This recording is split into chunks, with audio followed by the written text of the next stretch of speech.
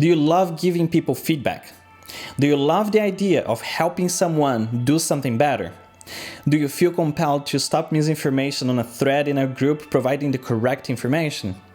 If the answer to any of those questions was a yes, continue watching this video.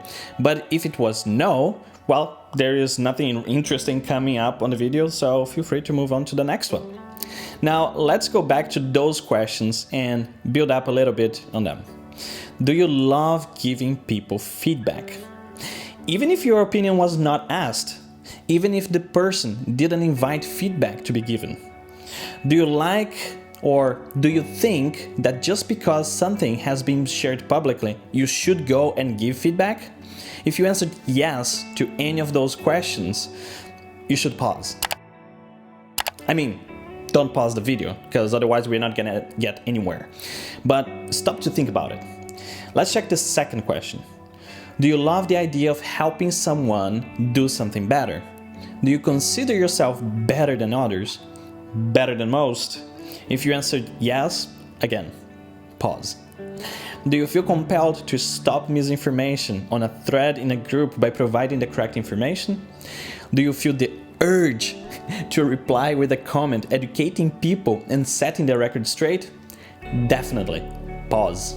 Step back.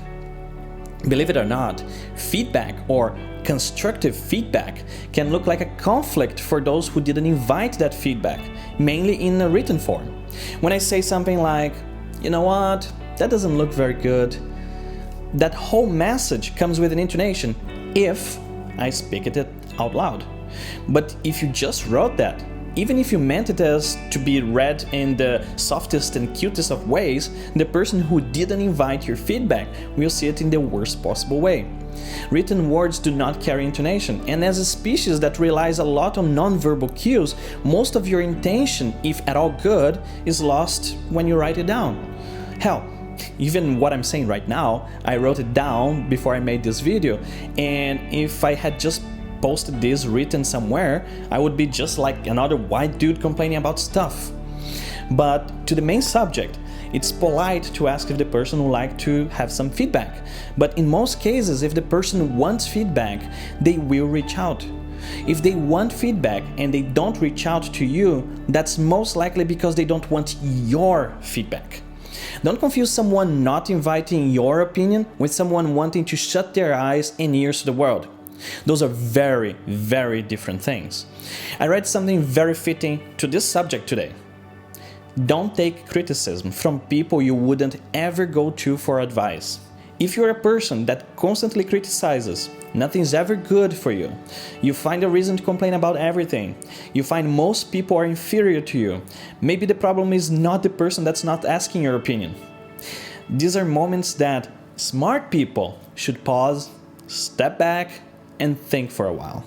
In fact, in case you personally don't like something, it's better and more constructive to move on and ignore than give a thumbs down and comment something like, that is weird, it doesn't look good, or not sure about that. There are people of all different types in our world, and wanting them all to conform to what we think is right or good is destined to only create friction and animosity.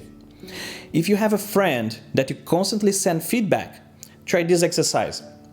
Don't say anything. If they really want your opinion about, let's say, a photo, they will ask, what do you think about that photo? Or what could I have done to make it better? If they don't ask anything and you don't say anything, that's a great opportunity to talk about something else. If you value your friendship with someone, consider being there for them and supporting what they're trying to accomplish, even if it sounds like a crazy idea to you. That's what friendship is. I know, you might say that friendship is also about being honest with each other, and I agree with that. But there are always ways of being honest without criticizing all the time, without putting the person down for their idealistic ideas or their attempt to get into something that they are not yet good at. And even if it's about someone that you don't even know, but that has published something online, for example, like this video, treat them the same way you would treat a friend, even if you don't like them. That's how we evolve as a species. That's how we better ourselves and how we move forward.